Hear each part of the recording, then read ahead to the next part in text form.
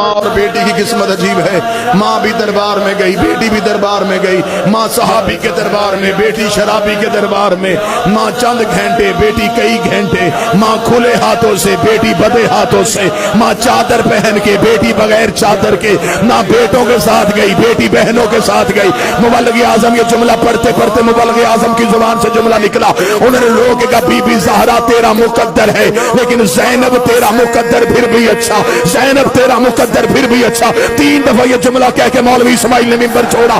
سامنے سے ایک سید اٹھ کے کھڑا ہو گیا, اس نے گلے میں باہیں ڈالی. انہوں نے کہا مولوی اسماعیل تیری زبان سے جملہ غلط نکل گیا ہے. تو نے یہ کہنا زہرا تیرا مقدر اچھا, تو نے کہا زینب تیرا مقدر اچھا. مولا اسماعیل نے کہا میں غیر سید ہوں, میں جملہ نہیں پڑھ سکتا, میں تیرے کان میں کہتا ہوں تو لوگوں کو سنا دے. مولا اسماعیل سے کہتا انہیں بتا دے بے شک زینب شرابی کے دربار میں گئی, لیکن کسی نے زینب کو جھوٹا نہیں کہا.